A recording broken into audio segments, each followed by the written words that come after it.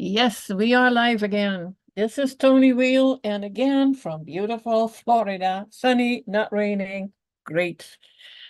Um, we have today not only Sara, who is with us, we also have Zed with us again, and Cairenn, who has been with us before. And I always love their insight in the various topics that we are discussing. And since we get so many questions about the digestive system, it was like in it was actually that was talking about it last week. He said, "Oh, I have so much more to tell about it." We were like, "Okay, we're gonna do a whole hour on it and probably a little longer." And I think he mentioned then something about what pasta does to your colon, but we'll get to that. Well, when we look at the digestive system, there's more to it, and it's actually part of Dr. Morse's Miracle Source Book in Module 2.1, and he calls it the four basic processes, which is one, digestion, two, absorption, three, utilization, and four, elimination. And all four are important. And so when we talk about a digestive system, you think that is all, but we forget the other trees, how important that they are. So we can touch on that today. I did get one question in email. I'm always surprised when people see these announcements in the various groups, and it goes up in quite a few groups. Everybody is so healthy. Nobody has questions. But, we're going to talk about it anyway because I do know that, people who watch the show later, they probably get their questions answered. What do you think, Tad and Cairenn? Shall I start with that first question? Sure, why not? Yeah, that'll get us flowing. Okay. She says, I have gallbladder stones and I had Helicobacter. I don't know if I pronounced that correctly, which was given antibiotics to treat it last month. Need to go for a fecal test to make sure it's been treated for good. I frequently get indigestion, even though I have been eating raw food for almost a year and a half. I get pain around the esophagus and at the beginning of my stomach, and thus endoscopy showed I have a reflux. I also have an underactive thyroid. I took Dr. Morse's protocol and products for 6 months last year, which was helpful. Could you please advise what I can do to help myself? Well, my first answer, or first, I would have a question before I have an answer, is what exactly is your diet? And that is what we always have to look at. Is there something that needs more attention? Because for me, just eating raw was not cutting it. I was not healing. There was still too much proteins, plant proteins, and fats in it. And I found I really, really had to let that go to be able to heal. And yeah, with I don't know what is exactly is Helicobacter. Do you know, guys? Yeah, I know what it is. She's probably talking about H. pylori. That's the way I pronounce it. Oh, Uh, okay. yeah, that's common sometimes when people have digestive distress. It can even when your bacteria levels are out of balance, you can have too much H. pylori, and it can cause indigestion or GERD, or acid reflux. They have different names, of course. But that's what I assume that's what she's talking about because usually it's abbreviated. It's H. pylori, but the full name is what you were, trying to pronounce. Because I know how the pronunciation goes with these different names. With all of our accents and stuff. But yeah, since I'm talking, I'll give my take on it is what I take out of that individual said was that her microbiome is out of balance, which is really common in this day and age, because we're such an over sterilized society, and it goes back to the fact that we are more bacteria than we are human. I really love that subject, as I've mentioned several times before, because I read a couple of books about the subject, and and researched into it, fairly a good a bit. And it just several of the authors are talking about, we are more bacteria than we are human cells that make up our physical body. And so we have to live in a symbiotic relationship with that bacteria, but when you look at the history of humans, humans at one time were not living in accordance with the way that you're properly supposed to live, in nature, in a society. Even the Indians knew how to properly live where their waste would not contaminate their drinking water. And that's what started happening in the early 1900s when you had these big cities, is that you would have the outdoor outhouses or the privies that would start to contaminate their drinking water. And that's what started the whole having to sterilize the water. And then they started the penicillin, and then all that stuff that just started this snowball effect of becoming over sterilized and using too much sterilizing agents. And then today it gets totally blown out of proportion with the antibacterial, the hand sanitizers, the bleach, the alcohol, all these things that we become like a boy in a bubble syndrome, as I call it, an over sterilized society, and so that's really important to remember with several digestive, disorders and digestive challenges, is that we don't have a proper balance, and we have too much yeast and candida, and then we can get too much H. pylori. We're all of those bacteria are supposed to be there for the balanced system. We don't want to eliminate candida. We don't want to eliminate H. pylori. We just want them to be in the right balance, that they're supposed to be. And then when you see anybody that has an issue with a gallbladder, that's a sign that they've been consuming too many fats, especially fats that are not natural in our normal human diet, especially a frugivore-based diet. We've been eating too much animal fats, especially heated animal fats, and too much oils, too much cooked, heated plant-based oils that are very concentrated. And that really causes massive havoc, on our body in many different ways, especially your gallbladder, your liver, diabetes, many different things that it causes, your heart disease and your cardiovascular system, because it's like putting oil in a gasoline engine. We can't expect our cardiovascular system to work optimally when it's trying to pump all that grease, through our system, and then it builds up massive residue in the body, and that's one of the contributing factors that leads to mucoid plaque. And that's one of the things that it says in Dr. Morse's module 2 that Toni was just talking about, under the title of absorption. He talks about how, when all that buildup starts to build up from all these different substances in the GI tract, especially the small intestines and the large intestines, where most of your malabsorption occurs, then you start having, lots of problems with your digestive system. But really, it starts to coat from the mouth all the way down the whole GI tract, all the way to the anus, and so, and that's, I remember Dr. Morse and Marcy, in my first level 1 class, they stood up and they actually used a 30-foot long rope to, to show the analogy of how long our GI tract is, and then also given the analogy that our large intestines is the diameter of our wrist, and how that's the normal diameter size it's supposed to be, but it can be ballooned and be larger, or it can be constricted and be smaller,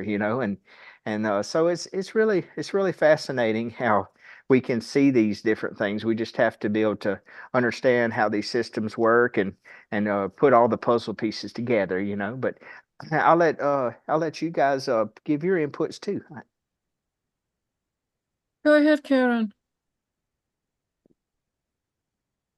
Well, I think Thad hit on, a lot of really important points there. When I kind of come at it from with someone from the very basics.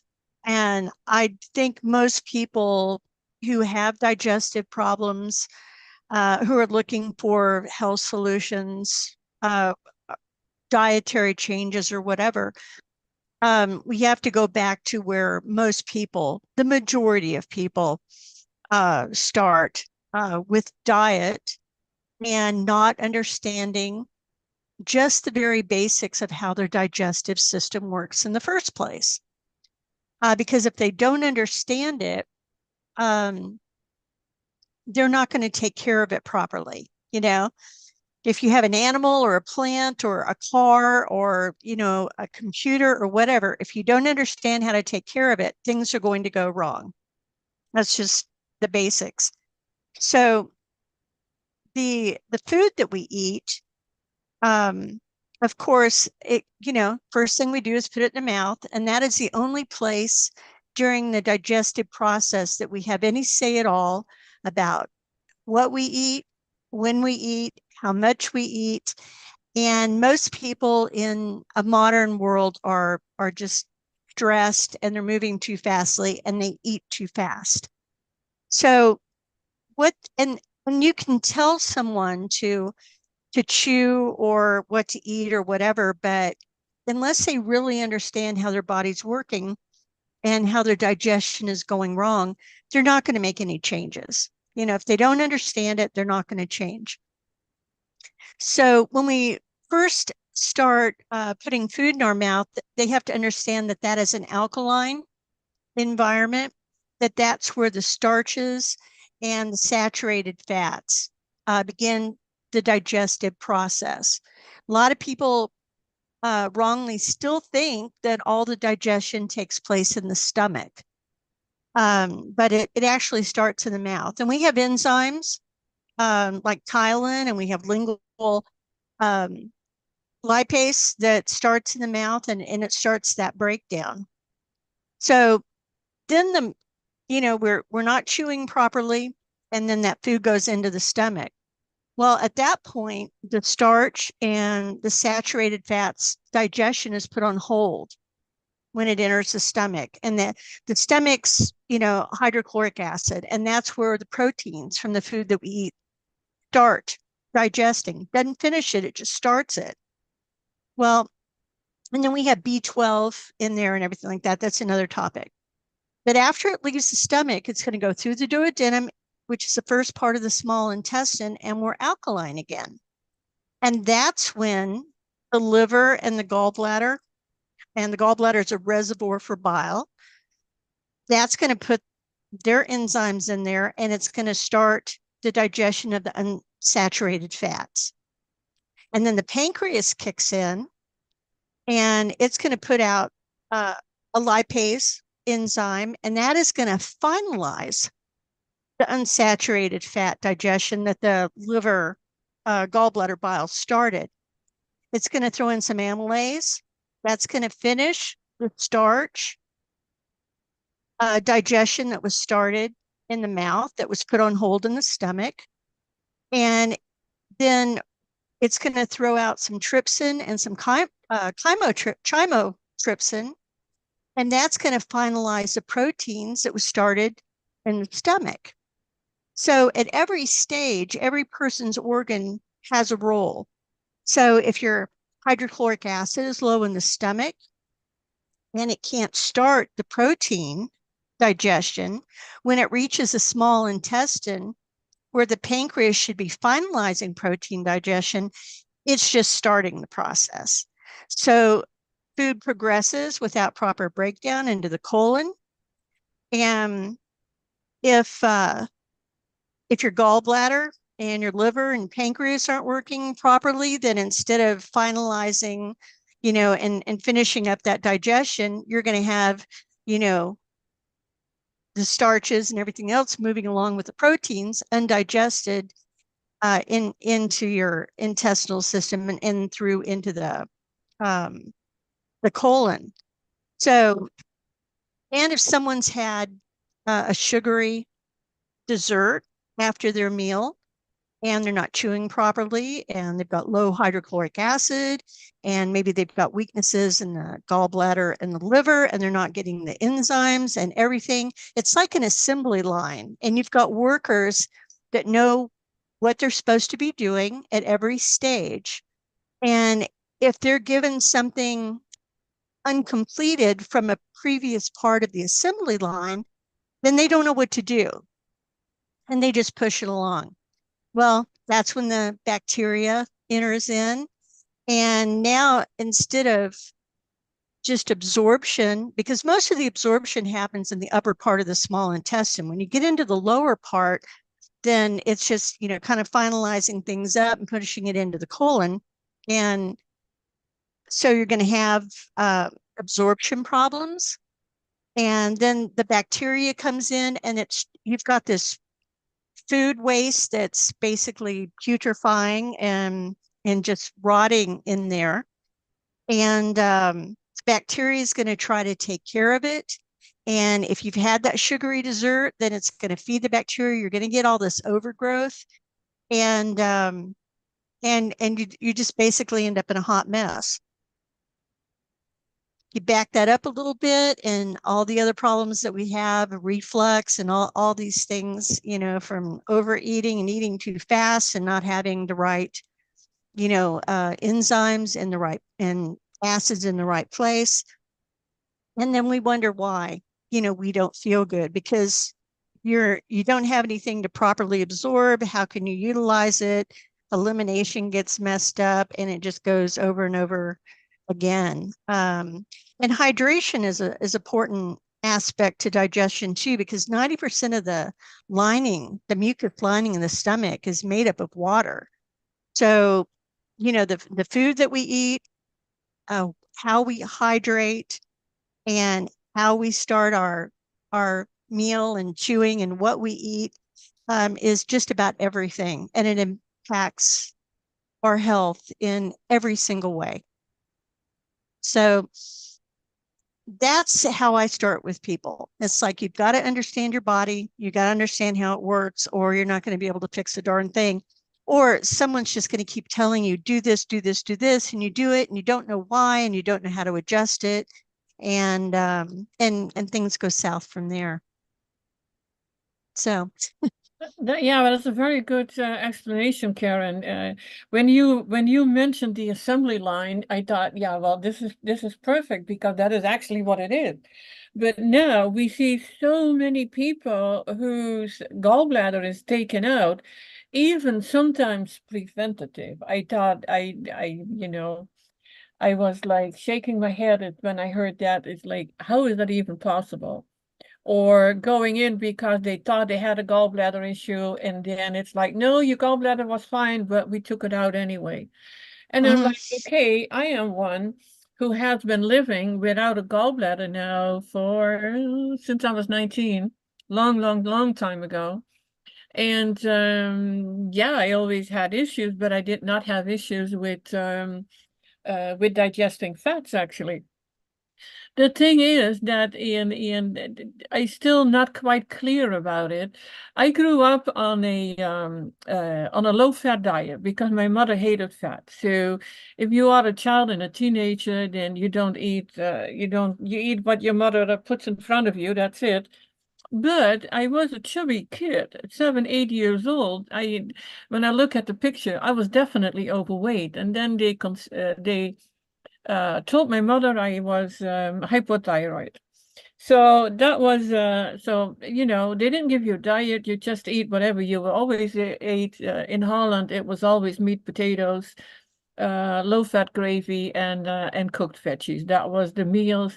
And other than that, it was bread and usually cheese. Cheese is high fat. But that was pretty much where I got most of the fats from. At 12, I stopped eating any dairy. well, not no milk, I have to say, because I hated milk, and that actually cleared up a few things like the ear infections.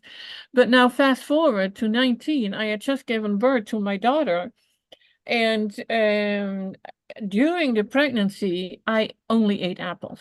But I have to say, those were Granny Smiths, and I already talked with a few people about what Granny Smiths are, and they are actually considered an unripe fruit. But with a low, if the gallbladder issues comes from high fat, in I was actually, well, if you would compare it to what most people take in, the only fats that I got in was mostly actually from the cheese, and that wasn't, I didn't eat it by the pound. But being for, well, I think 5, 6 months out of the 9 months that I carried my daughter, I was on fruit. But 6 weeks after giving birth is when I had the first gallbladder attack. I lived with that with all these attacks for about a year because I was against doctors and surgeries and all that. I was into herbs. And there was one homeopathic doctor, and he was like, yeah, you can drink, I think it was like, I don't remember, 16 ounces of oil, and then the gallbladder, the stones come out. But the stones were already in the duct, so after a year, I had an emergency um, surgery because I couldn't even drink water anymore, and I got an attack.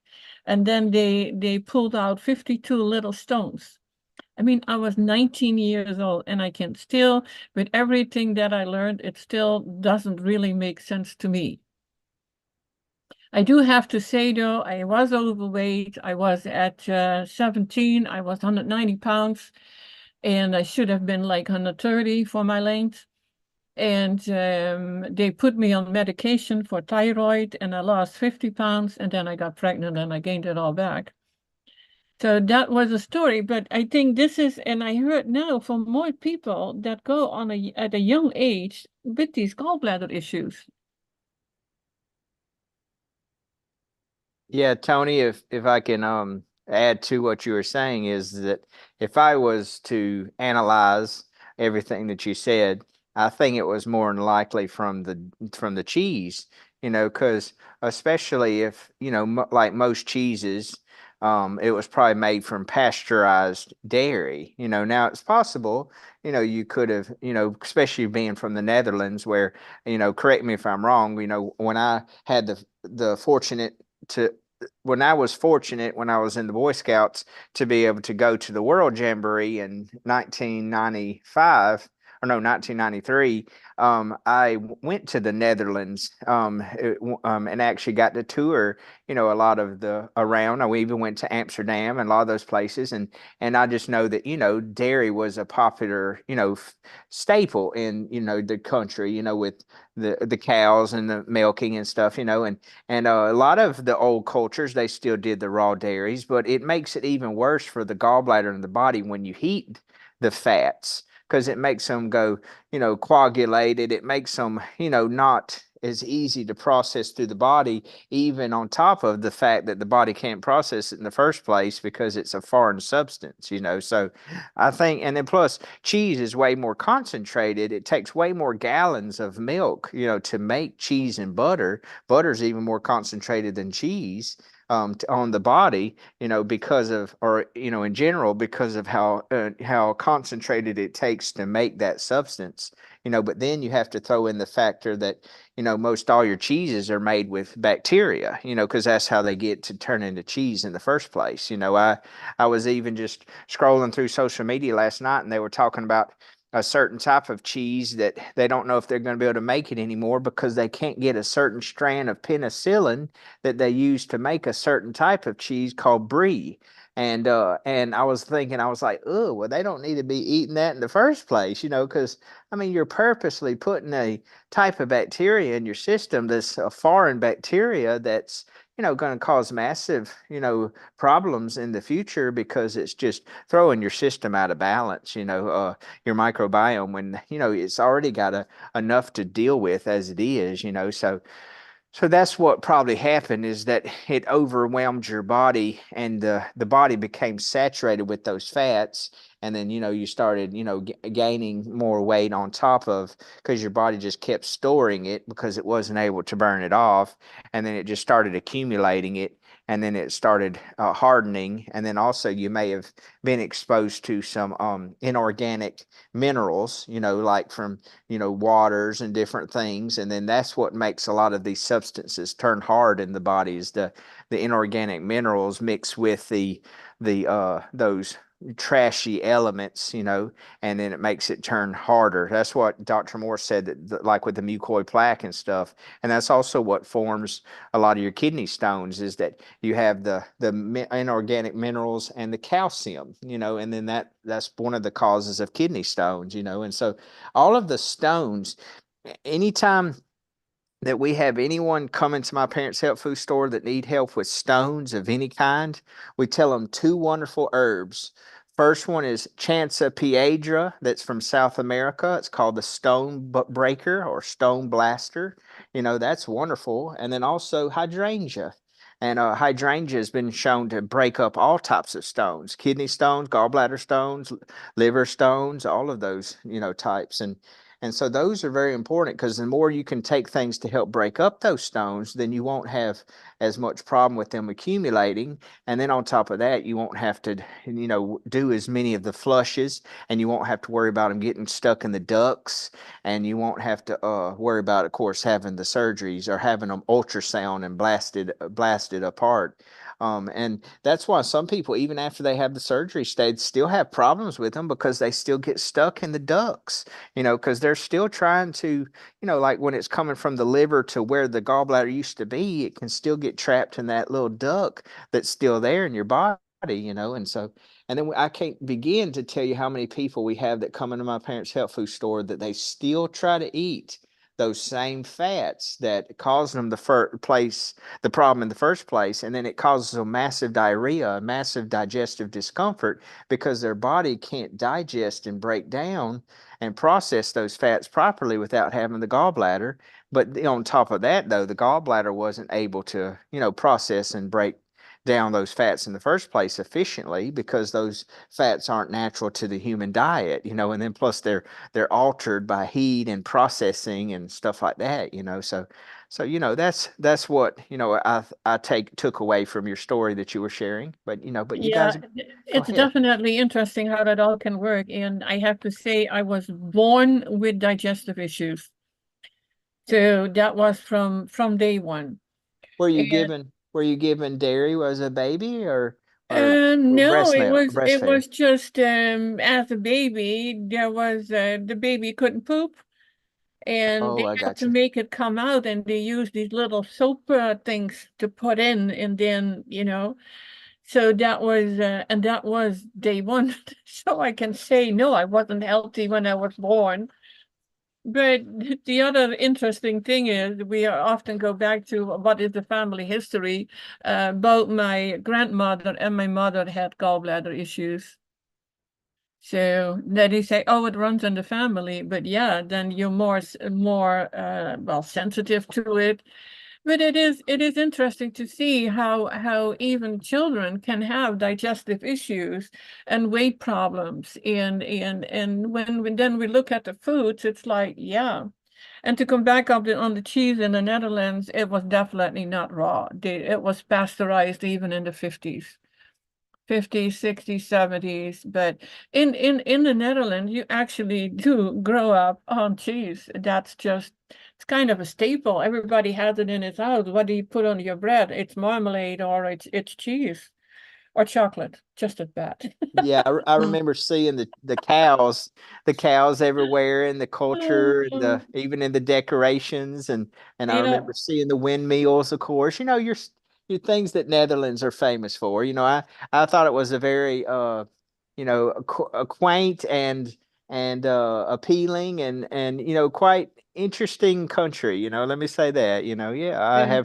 have fond memories going there. I'll say one last thing though. It's really small though. Yeah, it is Small. small, it is interesting, it looks cute, and I don't miss it. I hear you. Well, last thing I want to mention is where we had the National Jamboree was in a reclaimed area of sea, in the Netherlands. And Oh yeah, that's yeah, where we had it at, but yeah, yeah. go ahead. Go ahead. No, it's a pretty country, but I haven't been there for more than 11 years now. And no, I don't miss it. It's but yeah, let's move on to the digestion part, the gallbladder. Yeah, there is no way, because I have a few clients now that are doctors tell them they have to remove the gallbladder because if you don't, it can get worse, and you can get they actually told them pancreatitis and how bad it can get. And actually, Dr. Morse talked about that too. So it is, my gosh, at what point do you decide, like, okay, let's remove it? It's difficult.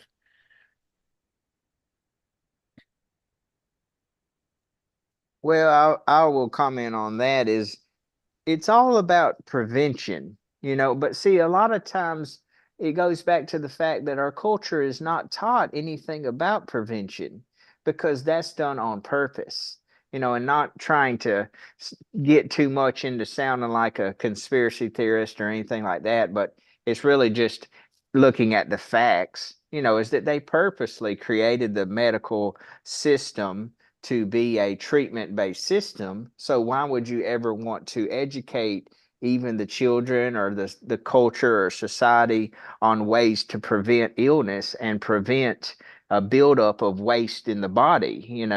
I mean, if you stand back and you analyze overall the whole teachings of Dr. Morris, one of the biggest thing that he teaches is how to clean up the waste, because he gave the analogy, we are like our spirits or our soul are like the janitors that are supposed to be cleaning up the house or our vehicle where the spirit lives, which is our body.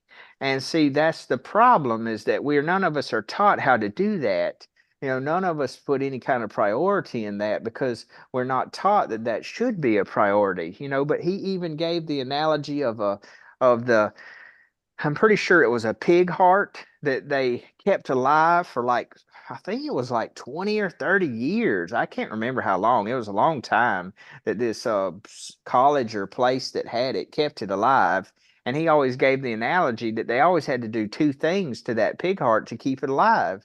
Is they not only had to give it a blood supply, but they had to help clean it, clean the waste away from the pig heart, because every cell eats from the blood and poops in the lymphatic system or the waste channels. And he said that one time they left and somehow something happened and they forgot to clean it, and then they came back and it had failed and it wasn't working anymore after all that time that they had kept it going. So that's the analogy that so many people forget, because we don't even, majority of us, take care of our vehicles properly and do enough preventative maintenance so that our vehicles will run tip-top shape, much less our even human bodies, which are more important than even the vehicle. And it goes back to, we don't set high enough priorities because the way our culture is designed, we don't have enough time in our day-to-day lives, a lot of us, because we're so busy doing other things, instead of putting enough priority on the lifestyle that we need to live to properly take care of the human body, so that these things don't accumulate, they don't build up, because that's why a lot of your older cultures, they would do fasting every spring, which is right now. It's very ironic. A lot of your cultures, they say this is the new year. The spring is the new year, and it goes from spring to winter. That's the full year. But our culture, ever since the Gregorian calendar was, come out, they want it to seem like it's from January to December, but that was, just part of the confusion of the differences in the way the history went. But my point is that, that's all of the old cultures would talk about doing a spring cleanse. They would talk about doing, taking herbs and doing fasting and doing things to clean the body yearly, at least once a year in the spring, if not more than that, just as a maintenance, as a preventative, so that's a lot of what's going on for so many of us, is that if we would just prioritize more about doing these things, a little bit each day. You don't have to do it as much if you do a little bit each day. And that's all about, again, the cause and effect. What you put into it, you get out of it. And so that's a big one, that if you bring it to people's more attention, and then they realize that they hold the power. They realize that 90% of all the health problems that we get in our lives are our own creation through our lifestyle choices. Your diseases, a lot of times, and illnesses don't come about if you live in a way that doesn't cause that symptomology. Like Toni was mentioning earlier, she had a predisposition to having her genetics, having an issue with having a gallbladder challenge, because she was raised living the same lifestyle that her mother and her grandmother had an issue with it. So naturally, she had an issue with it because she was living the same lifestyle that they lived. But if something had have changed, and Toni was raised in a different way than her mother and her grandmother was raised, she might have, or more than likely not have, had any issues with her gallbladder, and she'd still have her gallbladder today, because it goes back to cause and effect, cause and effect. And that's a universal thing that can never be disputed. No matter what people want to eat, no matter how people want to live, no matter how people want to think and believe and all that, what you put out, you get back. That's guaranteed 100%, never be disputed, never be debated, because that's the law of the universe, and that's so true in everything that we do. Our thoughts, our words, our actions, everything. And so the more you're aware of that, and you realize you're the creator of the reality you experience a lot of times, and that a lot of things don't happen just by happenstance. They happen by, things that we've created, and also it's not always just things we've created, but things we put in situations because of the families we were raised into, and all of that. And so some people will say, well, I didn't create that. That was just part of, me being born into that. But some people even say that our souls and our spirits chose, in some cultures and some beliefs, they think that they chose what experience they wanted to have before they even came into the body, so a lot of it comes back down to what you believe again. But I do definitely believe that a lot of these things are for our growth. They're for our benefit in the long run. Because if we don't have some of these things that happen in our life, how would we ever learn these valuable lessons that we have? If Toni didn't have the health challenges she did, if I didn't have the health challenges I did, then we wouldn't be here today wanting to be so passionate and talk about these things. And so a lot of times these things are meant to happen the way they are, for us to have the experiences and the journeys and the lessons that we're supposed to learn, So really, we don't need to wish that we could take those things away or do anything different, because we wouldn't be the people we are, But yeah, I'll let you guys go again. I just wanted to add that in there. Cairenn, Sara? Well, I agree with Dad that one of the things Dr. Morse says is most people die from their own waste. And it's largely lifestyle. I mean, our genetics, as you know, I'm starting back into my iridology classes next week. And I've been doing review to prepare for that. But our genetics is inherited from multiple generations from both our parents' sides of the family, but it's really our lifestyle. And the really sad fact is a lot of people just don't want to change, and they don't learn for a reason. They don't learn about their body. They don't learn what the gallbladder does. They don't learn the appendix. Appendix is another one that's frequently removed, like it's a disposable organ. And it's terrifying to me, the number of women that are having breast surgery as a preemptive strike. I mean, it's crazy. There's a lot of crazy stuff out there. But our food today is not what it was. The wheats that we have that's in everything is hybridized, and it's been hybridized in a way that we can't digest it. And people aren't looking for alternative. If they want to continue to eat it, and they don't want to make those changes, which a lot of people don't, they're not looking for raw. They're not looking for ancient grains. They're not looking for, healthy alternatives. But really, if they would just quit wheat or the grains, they'd quit dairy, refined sugars, and alcohol.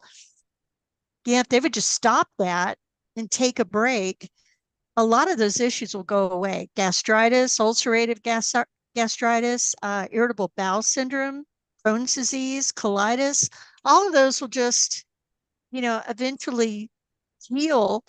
But we've lost our culture when it comes to cleansing and being able to have the self-control to take those breaks, and the education that feeds our self-control control and our self-knowledge. And I don't know, it's just everything just seems to be a whirlwind these days.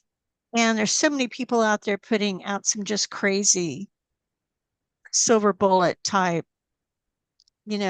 solutions that if anybody stopped to really research it themselves and think through it, they wouldn't be doing. But yeah, diet's everything. Self-knowledge is everything. The water that we drink and the foods that we eat is everything. I mean, we don't the herbs are highly beneficial when we find ourselves in a situation that we have to heal. But a lot of this, like your markings, probably when you were born, you may have had, even though the eyes don't really start stabilizing in their color and everything like that for a few months, and even up to 6 or 7 years, you may have even had an iris sign that showed that you had that weak gallbladder. And iridology is an ancient practice. I mean, it goes back, they found eye charts back in the pyramids. But even up until the 1930s or 40s, we had doctors that were using iridology. And then because of those people aging and the science coming in and the pharmaceuticals coming in and everything, it was discouraged. But if it wasn't, and this is why some of the organizations that are up today for iridology are trying to get it standardized in a way that can be introduced back into our medical system.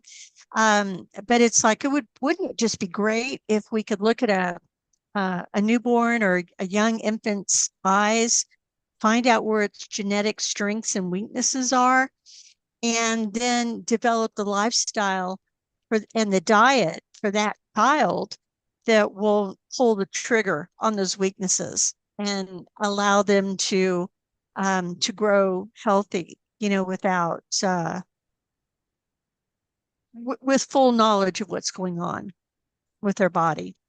Yeah, that would be amazing if that could happen, but I am afraid that because we see now people who want to learn iridology, and then it's like, okay, you can see what are the weaknesses in the body, but now what are you going to do with it when you know the weakness? There are still not enough people who know how to strengthen those weaknesses with diet.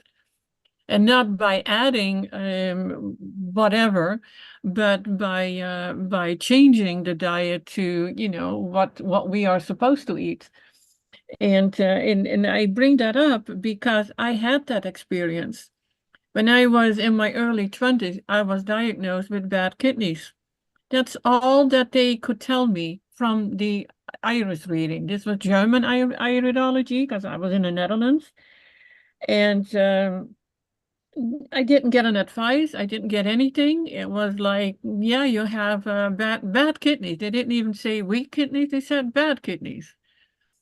So yeah, I agree. We need iridologists in every little town. I've even been thinking about having a mobile option and be in one town in one day. The next day you go to another town, and in connect with people that way.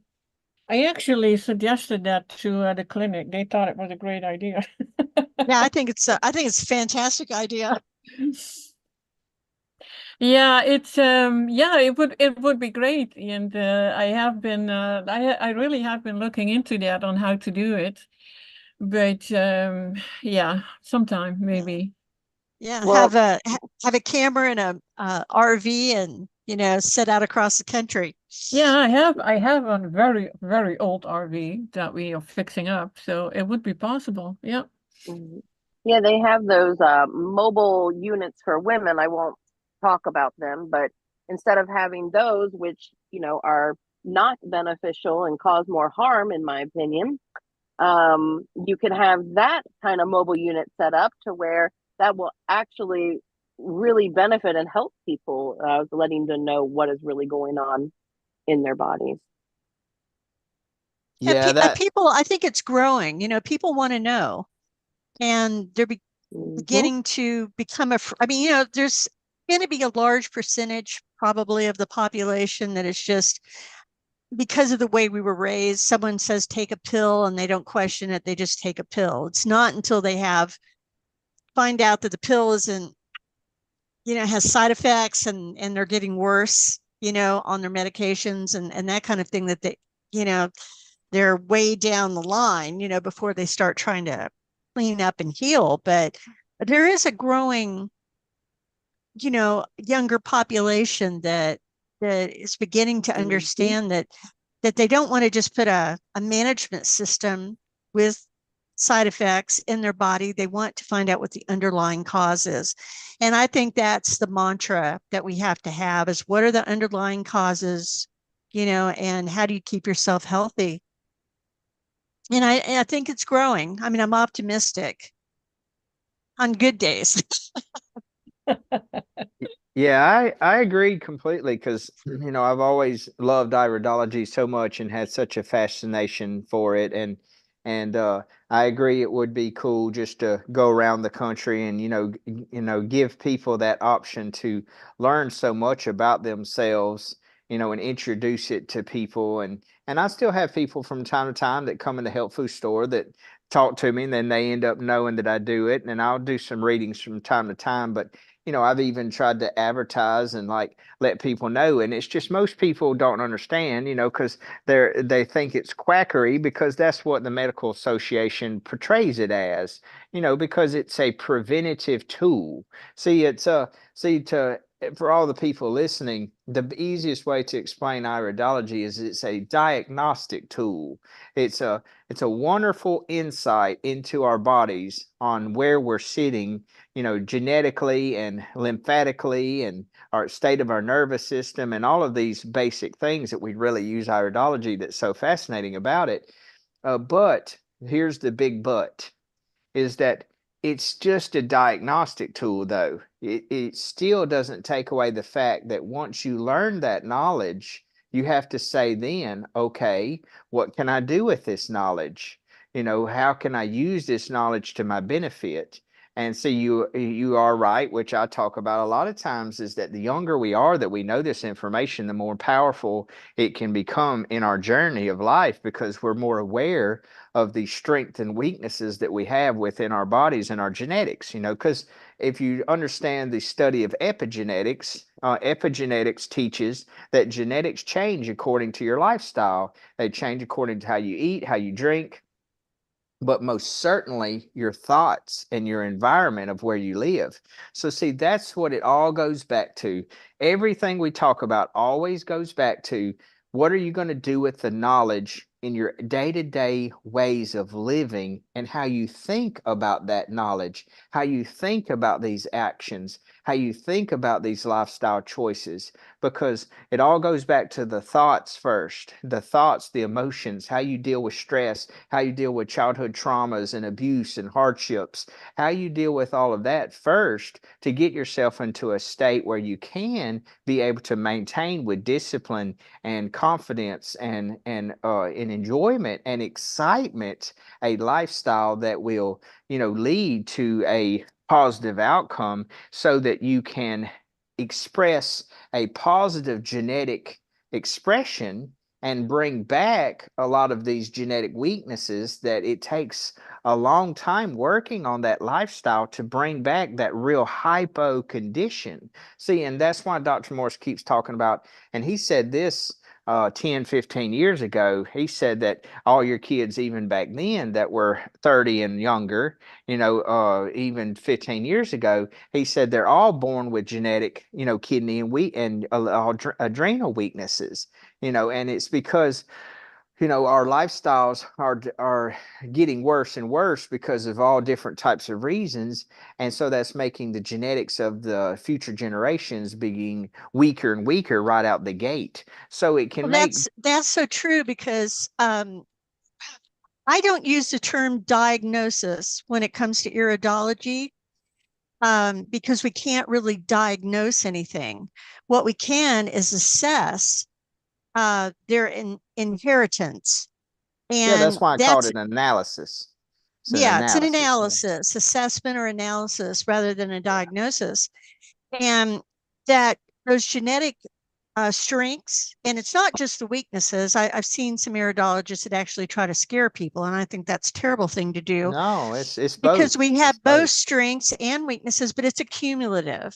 But again, it's lifestyle that pulls that trigger. Well, when you're talking with someone, the the and this is one way that someone out there that goes to an iridologist will know that they found a good one, is because one, an iridologist won't try to scare them about their weaknesses, scare them into a treatment or herbs or anything like that. What the really beneficial part of iridology is it tells you what questions to ask.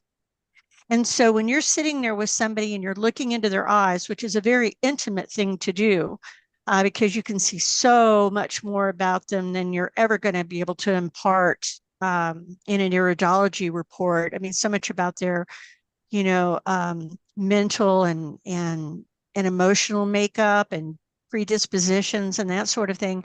But when you start asking them questions and you can engage them, because you can't say that just because you see a certain marker in a certain organ necessarily, unless you know what their symptoms are and a little bit about them and their history, you can't really put that together in a picture. But when you start talking to them and asking those questions about what your diet has been like, and have you ever experienced this, and how do you handle stress or things like that, then you can start showing them those markers and make correlations, and that's when they get interested. When you start pointing out things in their eyes and asking those questions, anybody in your family have a problem with gallbladder or liver problems or, heart, whatever, because you've got a marker here and you may not have it, but it's in your heritage somewhere, or it wouldn't be here. That's when you engage them. And if you can't spark their interest and their curiosity, no, they're not, they're just, they're going to stay asleep. Most certainly. That's why I actually like to tell them that I don't want to read your health questionnaire. I don't want to read any of that before I look at your eyes and tell you what I see in your eyes, and then I'll read the health questionnaire afterwards, because I want to be blind going into reading their eyes. And I did that one time. A guy came in my parents' health food store. I'll share this story just real shortly, because it is the perfect analogy of what you're saying. Is he came in the store and he kind of wanted to test me. He wanted to test and see how accurate iridology could be without him really telling me anything about himself, which I wanted him to do that. And I started reading his eyes, and I started talking to him about it. And I said, "You got a strong upper lung weakness, you know." And I told him, I said, "You got a strong left kneecap weakness." And after I was done, he said, "Well, Thad, that's very interesting that you said that, and how you actually picked that up in my eyes." He said, "Because I had a chainsaw accident and I cut my left kneecap really bad, and so that's probably why you seen that." He said, "But I'm puzzled about why you see that in my lungs, because I've never been a cigarette smoker. I've never had a lot of, bronchitis and congestion in my lungs, because I didn't really, drink a lots of dairy and, have a lot of problems with mucus and stuff." And he said, "So I'm kind of puzzled on what it could be that is causing weakness in my lungs." And I said, "Well, remember that sometimes strong negative emotions and feelings can affect different organs and glands. And when you have a genetic weakness already in that area, just having a strong emotional distress or trauma or hardship can cause a stronger weakness to appear in that area as well, or it can make that weakness that was already there become a little bit more pronounced." And I told him, I said, "Well, remember, the emotions that can affect the lungs and the large intestines is depression and sadness and loss." And when I said that, his eyes got big. And he said, "Oh, that makes perfect sense." He said, "Because a couple of years ago, I lost my son. He committed suicide. He had issues, a bad side effect from some kind of medication he was on, and he went through a hard relationship challenge with his girlfriend. And he said it broke him down so hard he lost the will to live. But then something great came out of it. He became more spiritually awakened, and he found Dr. Morse, and then he heard about me, and he come to see me, and all these different things that happened." And he said, "So really, in a way, that traumatic experience, brought something out of me that, led to something positive, too." And that's what I tell people. Everything has a purpose and a reason, even if it seems like it's something tragic and, horrible. But he was very amazed at how I could see those things in his eyes without knowing anything about him. And that's what really proves to people that it's real, because when they read all these things, it says it's quacker and everything, but you're able to see something in their eyes about them that they didn't even tell you about. Then that shows them that what you're reading is really accurate, because they didn't tell you nothing about themselves. So then when you take Dr. Morse's foundation, like Cairenn was talking about where he teaches in all the classes, where you take the iridology and you compare it to their symptomology in their health questionnaire, that's when it becomes powerful, like she was saying, because you can do the correlation and you can see through their symptomology and the symptoms that they're having. Then you can understand, and as I've talked before about iridology, that was so fascinating is that one of the most fascinating parts that I like about iridology is the neural arch, and how the nervous system is connected to a lot of these different strong weaknesses that we have when we're in the embryonic stage of development, as Dr. Jensen, taught in his books. And how that affects so many of the different symptoms and the different health challenges that we have in our lives, according to those strong genetic weaknesses, that we were born with, or that we inherited, and Yeah. that can be expressed either through a positive, lifestyle, and or it can be, or I mean, I got it backwards. It can be depressed and not see much symptomology from it through a positive lifestyle, or it can be expressed in a negative way and give you more weaknesses through a negative lifestyle. So yes, iridology is a wonderful tool, but I have so many people that come to me and they think, "Oh, I'm going to have, a wonderful jump in my health journey just by knowing this information." And I said, "Yes, it will empower you, but you have to then do something about it. You have to work really hard on it, because some of these conditions that people have, it takes a lot of work to bring back a real hypo condition that's been that way since you were born, and that And takes a lot of hard responsibility is a work." big issue. Yeah, That's right. responsibility is a big issue, isn't it? Yeah, it is. And see, that's And what it's hard it's to get hard for people people. to, Yeah. yeah, it's hard to get them to understand that, you can only do so much for that person that walked in. You can, like you said, empower them, but if they don't, kick it up and run with it, uh, you know, there's not enough hours in the day to hold someone's hand on every little thing. You Yeah. know, they've Yeah. Well, that's they've got to educate themselves, and you can help them do that. But if they keep coming back with you with every little question and go, did you look that up? Did you even Google it? Did you read, that literature I gave you or that link I sent you? And a lot of people just aren't doing that. And that's the frustrating Well, thing. they have to have a passion for it. They have to have a strong desire because they find it fascinating. They find it something that they're curious about. They find it something that's very important to them in their life's journey. They feel this calling to not only do this for themselves because they know that it will lead to great experiences and great life enjoyment, but also they feel compelled because they're happy and they're joyful. They want to share it with others because they want to see others have that great experience too, because they know that that's the way it works, is that when we're blessed to learn this information from those previous before us that wanted to share this with us because they had a strong passion for it, then we learn it, then it enriches our lives, then we have to pass that on, and that that's part of the process, and it's kind of part of your obligation. If you've been so blessed with that information, then in a way, unspokenly, a lot of times you have to be obligated to pass it on to people, and so that's kind of what it is. It's kind of like finding a child that you see that they are very gifted with learning how to play an instrument, or they're very gifted with learning how to ride the bicycle from very young age, and you're like, you have such a gift that's beyond just what's normal, that you could take this very far if you have a strong passion to want to spend a lot of your life experiences going after that, and it's just but it all, again, it depends on how much of a drive, how much of a passion, how much of a want do they want to have that experience. And it comes back down to that with the way people live their lifestyles, is that some people don't want health as a high enough priority to do the work necessary to see the true rewards, because so many of us, we want things in a temporary manner. We want things real fast, and then we don't want to do things for very long. That's why it's very common in our society with general people that come to see us. They'll say, okay, well, how long do I have to do the protocol to see myself get well? And then when can I go back to my old lifestyle after I'm well?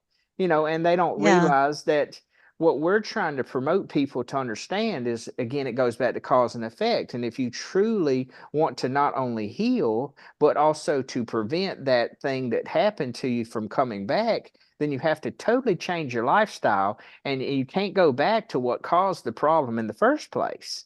Because if Yeah. you do, then all those, things are going to come back, Yeah. Yeah, how I've been approaching that with people, is that is a thing that comes up, is the resistance to change, because you've Yeah. got physical food addiction and chemical addictions in there driving all that, Yeah. and emotional and all that. And I tell them, listen, Traditional. Yeah. you do not have to do this forever. It does not mean you can never have your favorite foods again. It doesn't mean that you can't have a social meal with your friends. It doesn't mean that you can't. It doesn't mean that you can't have your mother's Thanksgiving dinner again, and enjoy all the trimmings and everything that you want. It doesn't mean that. It just means that to heal, if you want to heal without a lot of side effects and you want to hit that underlying cause, you do these dietary changes for a while. Are you willing to do that for a while? Just give it a while to see if you see any improvement at all. And then you go from there. What I don't tell them right up, and I'll give it away right here to everybody, is once you've done that, you've changed your diet, you've changed your lifestyle, and you're doing the things that are positive for you, you begin to understand that your mind and what you think is actually affecting your physical body, that you're an integrated whole. But when they move down that, even if they make the change for just 3 months or 4 months or 6 months or however long, if they'll keep going, if they keep seeing progress, they're not going to want to go back. And I don't tell them that. I just try to allay that fear up front. Yeah, it doesn't mean you can't have turkey again and, pumpkin pie and all this good stuff. And they're all healthy versions of that if you want to do it. You don't have to do this forever. Just do it for a while to heal. This is a good and a sound way to heal. And then let's see what happens down the road. That's right. Well, it goes back to, and I think what plays into this whole conversation is that the more you start changing your genetics to a positive state and you start to build those genetics from a positive lifestyle and through positive lifestyle habits, then when you go back, to doing something that is destructive or negative or acidic to that positive alkaline lifestyle, then you get you get a reaction in a way where the body dislikes it.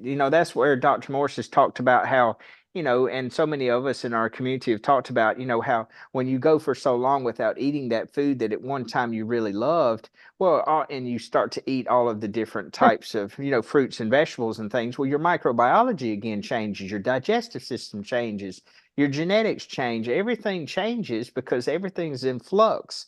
Okay, so then when you go back and you try to introduce that thing that you once loved, your body kind of rejects it because it goes, oh, I don't like that anymore. And so then you're like, then you sit there like a little kid and you're like, oh, well, I used to always love that so much. Why does my body not love it anymore? And then you realize in that moment, you're like, wow, maybe I was more addicted to it emotionally, mentally, and psychologically than I was even physically. What if my body the Yeah. whole time was saying, I don't like this, but you like it because it's stimulating emotionally and mentally and psychologically? One of those experiences I had that really played that true for me was a guy came to me one time and he said, Thad, I'm having challenges with coffee. And it's not, my question for you is not a normal question. He said, I'm not having a problem with the physical addiction to the caffeine and all the withdrawals. I'm having problems with the fact that I built so much of my lifestyle around the enjoyment of coffee. Like I miss going to the cafe with my friends. I miss waking up in the morning and smelling it and drinking it while I read the newspaper. And I said, well, now you're getting to the root of all addictions, is that it's more of the psychological, the mental, the lifestyle, the things that you get attached to that you don't want to let go because you have fond memories built around that destructive acidic substance that we think is comforting to our emotions, and that's been such a huge part of my journey, is that being, and that's you were mentioning how yes, people can go back to eating those foods. We don't have to, restrict ourselves from never partaking in those things. But here's the big but: if you have a type of personality that can get easily addicted to those things, then you have to have extreme self-control if you taste or dabble in that which you were once addicted to again. Because Oh, yeah. even just having a taste of it can send you down a whirlwind or down a slippery slope where you'll want it the next day, and then the next day, and then the next day. And then before you Yeah. know it, it's become again, a part of your normal lifestyle because your body's craving that which you once had before, that it still has some kind of emotional connection to it, and so Yeah. it all goes back down to, again, the deep emotional cleansing to the point where you realize that the negatives outweigh the positives. And so you kind of tell the young psyche within, the young childhood memories within, that it's not worth it, Thad. It's not worth it. No matter how much you'll enjoy the taste, no matter how much it will satiate you, and you'll say, that was delicious. It's not worth it in the long run because of how you're going to feel, how it's going to make you feel tomorrow, at what it's going to do to your energy levels, because even salt for me was one of those substances, that was very hard to not consume, or not consume too much of it. And it's because of how stimulating it was to my body. But the more I consumed it, the more weaker I felt, the more I felt my adrenals very weakened by it. Even though it does stimulate a little bit if you, have very strong, discipline and only consume very tiny amounts. But again, if you look at why it's craving that stimulation in the first place, and you get to the root of the issue of why it's so weak in the first place, then it won't be craving such a stimulating substance, and that's a hard one for a lot of people, is just getting off the stimulants, because Well, so much of our society is based around yeah, fueling from those stimulants. Yeah, but go ahead. the junk foods are just laden with table salt, which is not even a Mhm. whole salt. I mean, And That's the right. stuff is just poison. And then you add a little bit of the fat and the flavoring and the artificial preservatives and all the stuff that your body gets, Yeah, the addicted to. MSGs, all Oh that. yeah, Yeah, yeah, yeah. Which is now just labeled as a natural flavoring. that's right. Yeah, isn't that nice?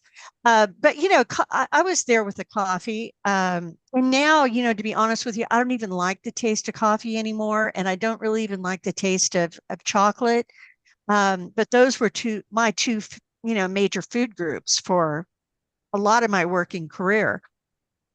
I'm careful about going near it. Now, I still like going to the coffee shops. That was something, take a book, a little bit on Sunday afternoon or Mhm. something and do some work. But that's, I just go right for the tea. And I can enjoy, if the aroma is good, I can enjoy it, but I drink my tea and I don't even go near it, because even though I don't like the flavor of it, I know if I was back in an environment where it was pushed at me all the time, and if I cave in and I start drinking the coffee, or excuse me, or eating chocolate again or whatever, I know that I would acquire a taste for it again, and I'm just not going to allow that to happen. But I'm happy with the coffee, with the teas that they have. And they're, peppermint tea at the coffee shop may not be as healthy as getting a good quality peppermint or some other herb and making it yourself, but at least it's not harmful. So there's workarounds if you're motivated, you know. So You had last week. You had something about the effect of pasta. Oh yeah, okay. You want to still talk about that? Yeah, yeah. I don't remember what maybe y'all can refresh my memory, the basis of what the question was or what we were talking about that subject, and then that'll help me to go into what to talk about. Or do you want me just to give the basic general premise on what the pasta does to our body?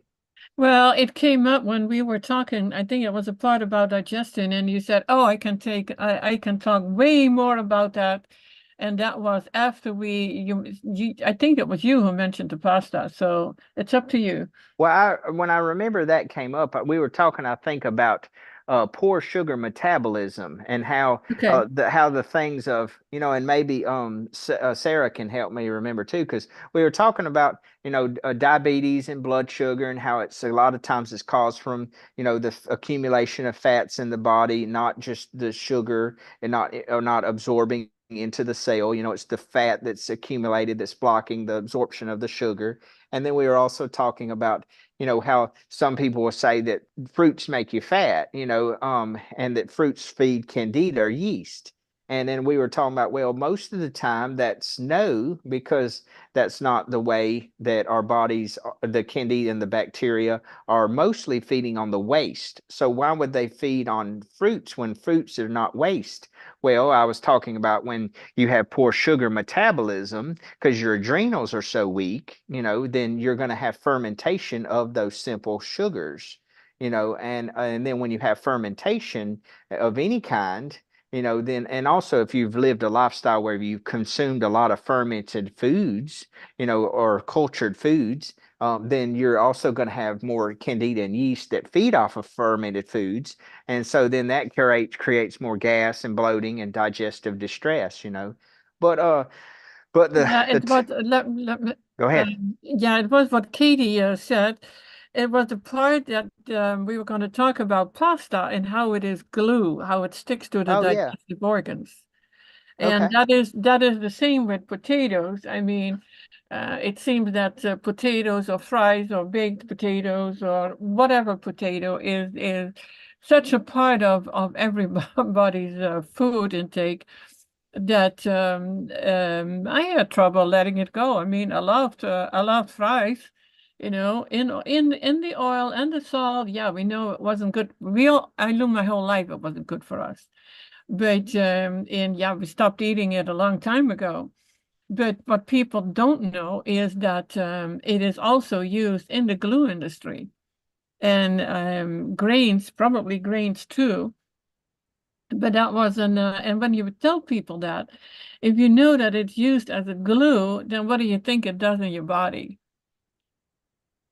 Yes, most certainly. That's you're touching on the part of what I was going to talk about, which is very true, is that what is really an easy analogy for people to understand that I gleaned or took away from Dan McDonald, the Life Regenerator. He was giving a really great explanation about this one day, as he was talking about how easy you can clean up your dishes after you eat a certain meal or you make a certain meal, whether it be raw or cooked foods.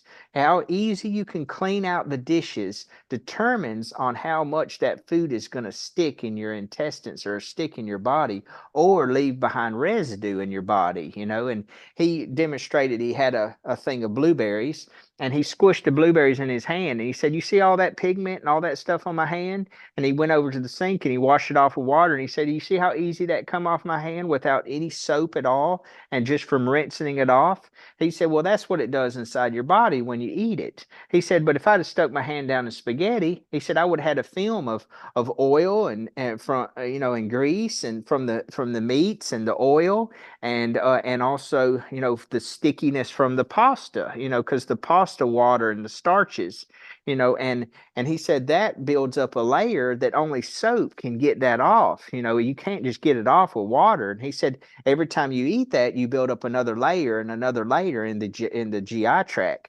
And then those layers build up, and then inorganic minerals come in, and then the candida and the waste come in trying to break it down. And then they develop their biofilms from their waste of trying to break down your waste. And then that accumulates into all this toxicity in your GI tract.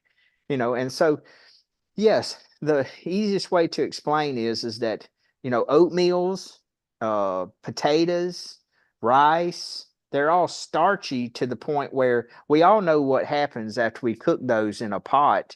How easy it is to get so coagulated or so stuck in the pot that you can literally turn the pot upside down and it's not going to come out. And it's hard to get it to come out. When you're trying to clean it up too. And that's what's happening inside of our bodies. And then, yes, they make a glue, like Toni was saying, from starches, from all your starches and grains, which grains are kind of similar to starches. They're still sticky on the intestines. But what also people don't understand is a lot of times we mix the wrong things with starches too. See, you're not supposed to technically mix a fat or a simple carbohydrate with a starch, especially a fruit. Fruit and starches don't go together. They will ferment. Like you definitely don't drink something sugary after eating a bag of potato chips, or eat something sweet like dessert after having a potato meal, for dinner. You don't do things like that or it'll cause fermentation and gas. But going back to the reason why it's so sticky is because it's made from flour, and a lot of your flours, they take away the germ and the hull. They take away some of the fiber of the complete grain to make the flour. And when they do that, it makes it even more stickier because you don't have all the fiber that's necessary. But see, the more fiber you have, the more chewy it is. It doesn't make the bread as fluffy. It doesn't make the pasta as light. It makes it more chewy. That's why people love white rice more than brown rice, because brown rice is so chewy, and it's harder to, it takes longer to cook it and all of that stuff too. So that's what I mean by the more sticky it is, the more it's going to stick to the intestines and the GI tract, and it's going to be harder to come out. Plus, it ferments really easily. And then when it's turned into a processed food, it ferments, and it's even more stickier because it's even more processed.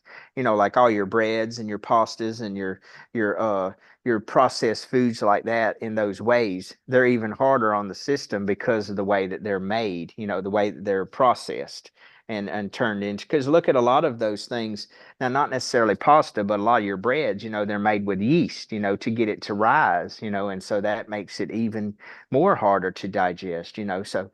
So that's one way to look at it with the starches, and how easy it is, about the understanding of how it builds up in the body, and and how it makes such a digestive challenge because it's so congestive to the body.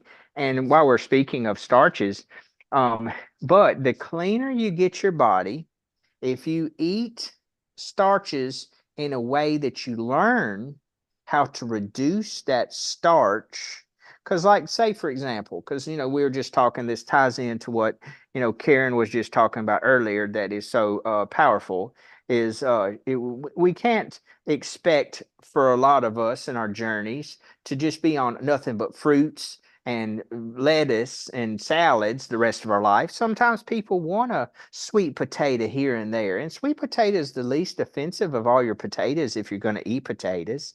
But what makes it even better is if you'll cook the potato and then put it in the refrigerator and let it stay in the refrigerator for several hours. The cold temperature in the refrigerator makes all of the starches reduce drastically, and it turns more to sugar, not through fermentation, but it causes it just from the conversion of it getting it cold. Well, that makes it automatically easier to digest because it has less starch then. And it's the same thing even with bananas. Bananas can be starchy if they're unripe, but if you let them ripen up enough, but most people, they don't let them get spotted enough. They don't let them ripen fully enough to get them to be their sugars their starches will convert more to sugar, and you also have more potassium in it the more it turns to it turns riper as well. So that's part of just understanding how to eat these foods in a way that is easier for the body to process and to digest. So but what I was going to say before is that if you've cleaned up the body a lot and you've gotten it real clean, then every now and then, if you wanted to have a steamed sweet potato with some veggies, like some carrots and some different veggies that you could steam, that's pretty clean. Now, of course, the potato is the most congestive food, but it just the fruits and the vegetables themselves are mucusless. That's not going to create mucus reaction in the body. Now, the potato will a little bit, but like I said, the steamed potato is a little bit better than a baked potato, and definitely better than fried potatoes. Even fried sweet potatoes. So it just all goes back to how you prepare it, how you eat it, and what you eat it with what you mix it with. And what you put on it. And that's another thing for people to remember. A lot of times it's not just the lonely potato itself, it's what do you put on it. What's the sour cream, the butter, the oils, the stuff that you put on it, and so that's what we have to also look at. But yeah, I hope that answered it some. If people have some more questions before we end today about that, then we can go into a little bit deeper, I guess. Yeah, we're almost in for an hour and a half. God, I was Yeah, gonna Tony, Katie says, "Oh my gosh, I'm just realizing that when Yeah. your stomach makes different sounds that you're hearing, it's fermenting." Yes, most certainly. That's gas and bloating and it's gurgling and bubbling around. Yes, most certainly. That's a sign from your body that what you ate is reacting in that way. But then when you have that experience, you have to stop and you have to ask yourself, okay, what did I do to make me have that reaction in my body? And sometimes let me talk about this time and then we'll finish, because that was a good point. Is a lot of times people will eat a dinner too late at night, and then they'll wake up too early the next morning and have their next fruit meal. Well, sometimes when we have real weak digestive systems, it can take several hours for that food to even digest. And if you ate too late before you go to bed, a really slow to digest food like a potato or like a starchy meal, especially if you ate a very large portion of it, then you didn't fully digest it or even halfway digest it before you go to bed. And then you have that undigested food when you wake up in your intestines. And then if you eat too early in the morning before you've allowed your body to digest from what you ate the night before, then you're adding that sugar again on top of that undigested starch. And then it causes the fermentation and the gas again.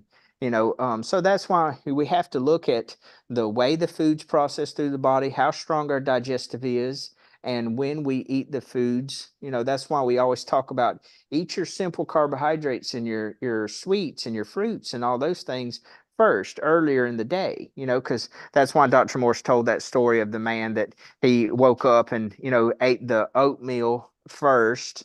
And then he had some watermelon later, a couple hours later, and then his wife didn't hear from him. And then later on that evening, she got a call from a police officer, and he failed a breathalyzer, because the watermelon had fermented on top of the oatmeal. And so, see, he should have ate the the watermelon first, and then had the oatmeal several hours later, and he wouldn't have had the same reaction. So a lot of these things, when they happen, if we can just observe what's happening and then go into it as a research scientist or as a detective and say, okay, what's the cause? Why am I experiencing these symptoms?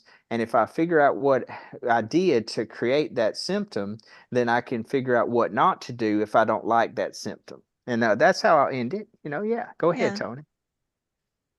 Well, I want to throw in something here too. Okay. Is that's why it's important to build up the hydrochloric acid in the stomach. Like you can take lemon juice with warm water before a meal. I know cayenne isn't always appreciated, but a quarter teaspoon of that in water will actually stimulate. It won't burn, it'll make your stomach tingle, but it starts to wake up the stomach. And I don't think it's a good necessarily long-term solution, but if you have really weak, hydrochloric acid, that's something that'll help wake up your stomach. For people who have pancreatic problems, or if they have cancer or something like that, pineapple and papaya, they have enzymes in there that are good for breaking down proteins that are in vegetables and that kind of thing. But there's things that can be done, and some herbs that can help increase our digestive. Like there's bitter herbs like dandelion or milk thistle or even gentian, and they're really good for the stomach and the liver, bile, and that kind of thing. So, it goes back to education. If you don't know, and you don't have to know all the terms or how an enzyme is created or how it does its job, you just basically have to know what happens along that assembly line and what you can do to improve productivity at each point. And Dad, that's excellent. People eat too much too late, and they don't give their bodies a chance to digest it before they go to bed. They're drinking too late, so then they're up all night. As people. What you just said was very powerful. Sometimes we drink too much liquids or water with the food. Like I've with heard the food for years, people said you shouldn't drink any water, maybe a little bit before you eat and then a little bit after, but you definitely shouldn't drink while you're eating. But a lot 30 of people, minutes. Stop drinking 30 minutes before a meal. Don't drink anything an hour to an hour and a half. and then After a meal. And then also you can add the lemon juice in there with it. Even though that's a fruit, sugar, that's not going to be as bad of a reaction with the starch as some of course, your other types of fruits.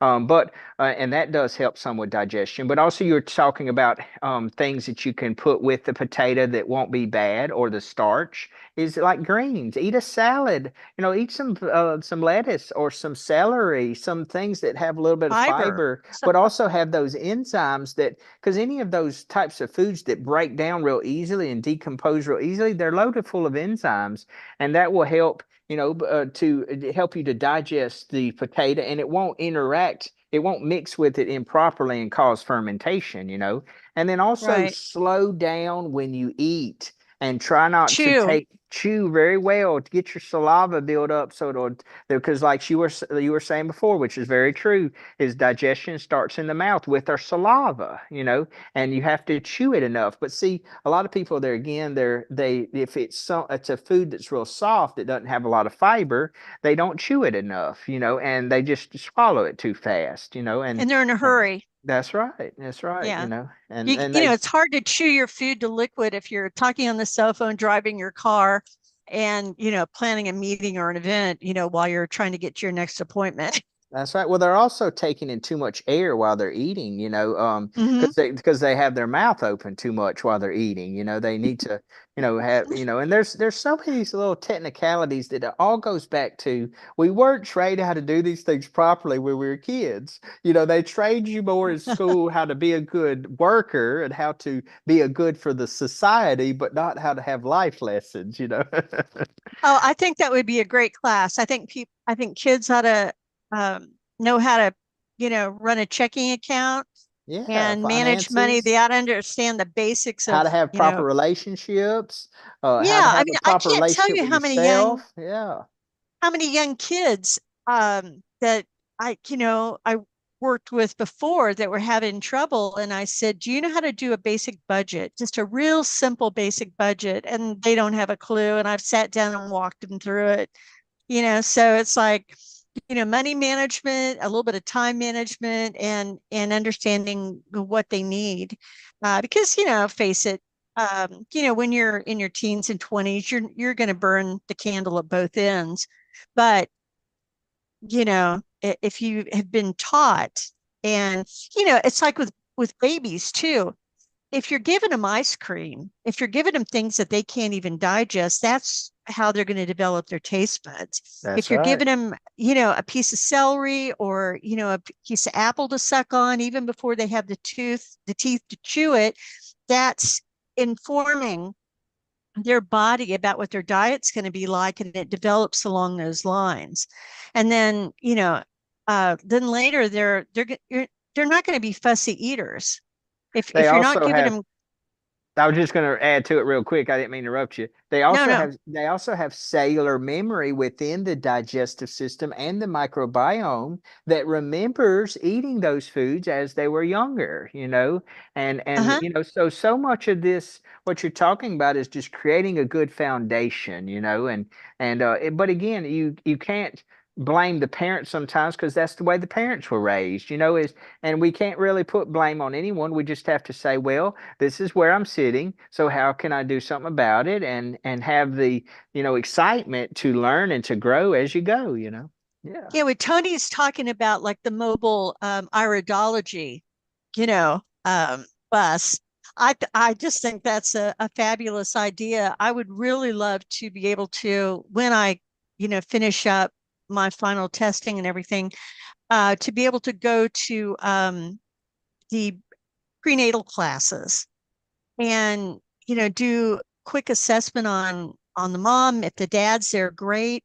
Talk to them a little bit about maybe coming back and looking at their children's eyes, getting an assessment on that, and teaching them a little bit about how to create that foundation. And that's another place besides, elementary and junior high and high school, is to get to those parents early. Well, Karen, what you said was very important for people to understand is that if they can have not only an analysis of their own eyes, but also of their parents' eyes, then that would help them even more to understand, because I see that so many times. I've even seen that with people that's part of my own family and around me that, I had a lady I knew, she had a strong thyroid weakness. Well, you looked in her mom's eyes, it's the same thyroid weakness in the same eye on the same side of the body, that she inherited. And so that helps people to understand why a lot of times they're experiencing those strong weaknesses is because they can trace it back to who they inherited it from. And then they can look at the symptoms they've had all their life, and then they can look at their lifestyle and how they've lived all their life. And then we can see how we were raised by those people and how we inherited some of their habits, their behaviors, their lifestyle choices because that was how Yeah. they were living. So see it's all just information. It's how you interpret and understand and read that information that you're presented with. Yeah, the body's absolutely amazing. Oh, And amazing.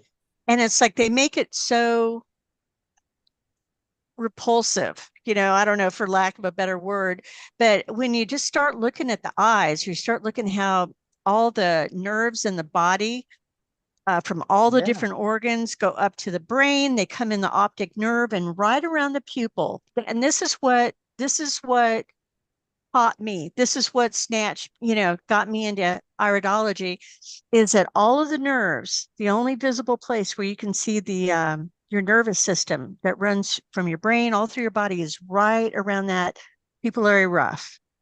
And and that's what the eyes are meant to be. That's why they say it's a window to the soul. It's the light in your eyes or the darkness in your eyes is a reflection of that internal terrain. And that makes that internal body terrain that we have, a certain amount of control over affects everything.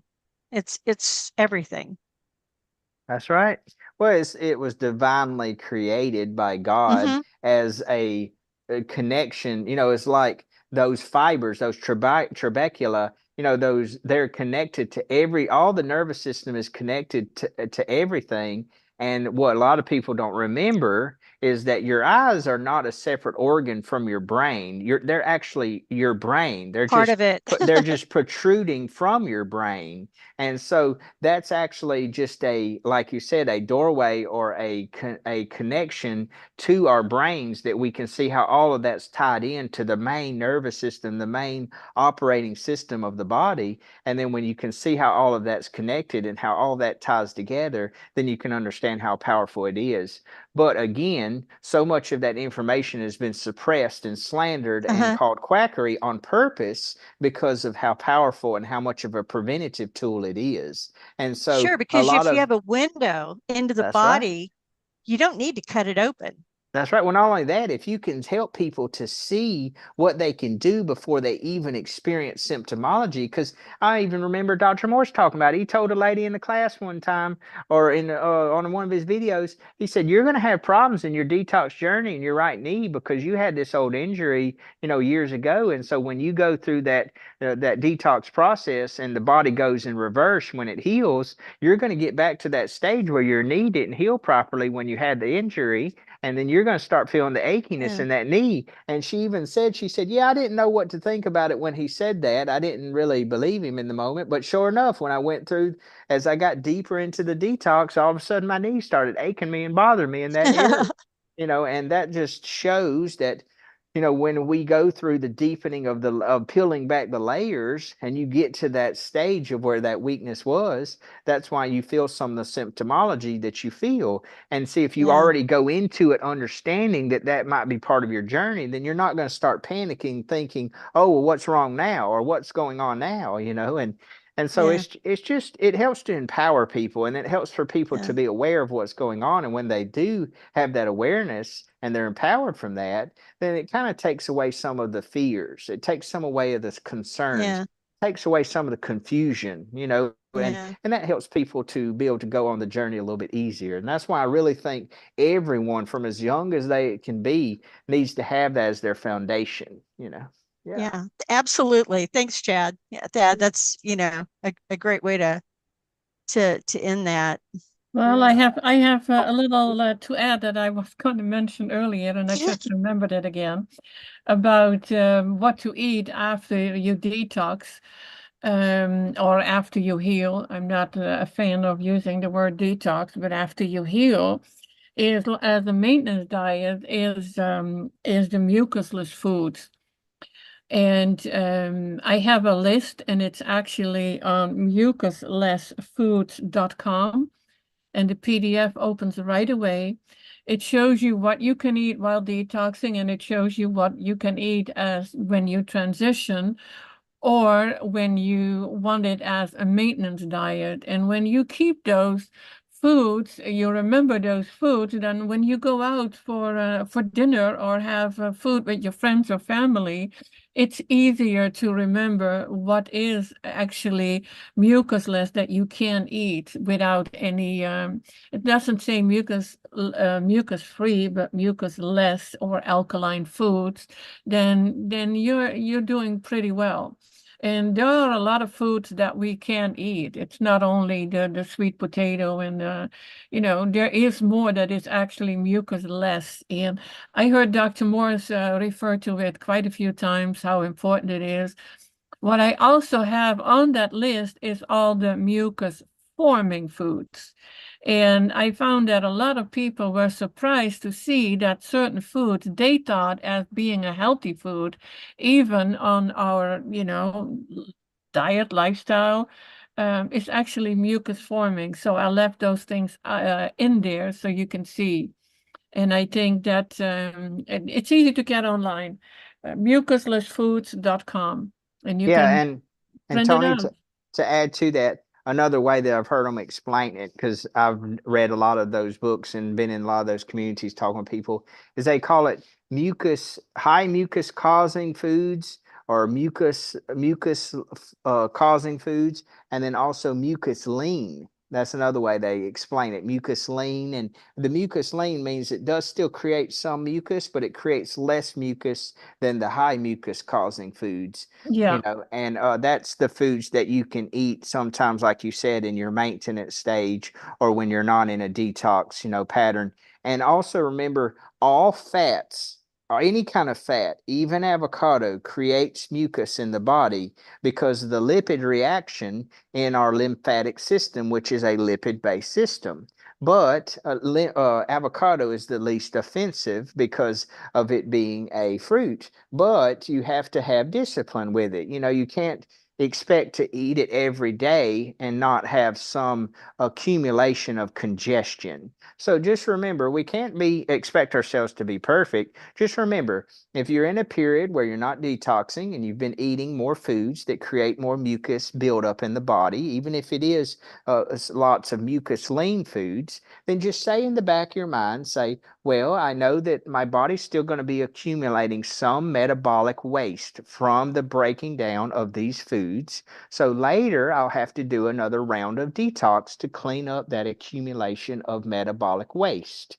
And that's why even the mucus-free causing foods, they still create some metabolic waste that builds up in the body. But that metabolic waste is much easier to clean up than the foods that create the more mucus and the higher metabolic waste. So see, that's how to think about it. Because again, it goes back to cause and effect. The less foods you eat that create metabolic waste and create build up in the body, the easier the body can clean up and maintain that cleaner environment or terrain of the body. But the more you eat the foods that it builds up more and more, and you're not doing anything to help to eliminate that buildup, then it's just going to keep building up, building up, building up. It's like never doing a periodic cleaning in your house, and you're like, oh, I'll get to that later. I'll get to that later. And just imagine if you never swept and vacuumed and cleaned up your house for a month, then after that month, you have to say, okay, well, now it's time for a good deep clean because I haven't been able to clean it lately. I've been real busy.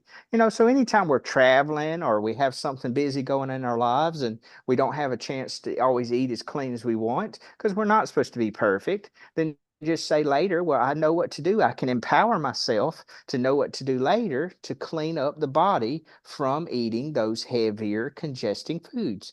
And then that way you don't beat yourself up and feel bad for sometimes having some foods that, my goodness, that are way better for us than a lot of the other foods. Because I've had several people, they're like, Dad, you're telling me that simply a potato is not good for me to eat and is congesting to my body, when that's so much better for us than so many of the foods that we choose to eat that are highly processed and, especially compared to animal products and really oily foods and congestive foods, which I agree, all your fruits and vegetables and some of your healthier starches and some of your seeds that people call grains like millet and quinoa and aramis, those are alkaline grains that aren't technically a grain, it's a seed that's much easier on the body than doing rice or corn or all those other types of grains, and starches, so there's always, like Toni was talking about, there's always better options. You just have to research and study about it and then use your body as your guide on what it likes and dislikes, so that's all I wanted to add. I know we're trying to And close it out. yeah, with this we are going to end. Okay, yeah. But it's been a wonderful talk with you guys today. It's been Yeah. nice. Yeah. Thank you both for being here, and Sarah too. I know you didn't get to talk much. I'm so sorry. Yeah, that and I kind of dominated, but thank you again for having me back. And I'm glad I got this opportunity because I said I've got classes, that I'm studying on Tuesday and Thursday. And so this was kind of my last chance for a while. Okay, well, thank you so much for being here and giving your input in things. It's always wonderful. And in the future, I look forward to having you on again and learning from you. And that, of course, we always do. So thanks everyone for being here. And till the next time, much love to all of you. Bye-bye. Bye. Bye bye.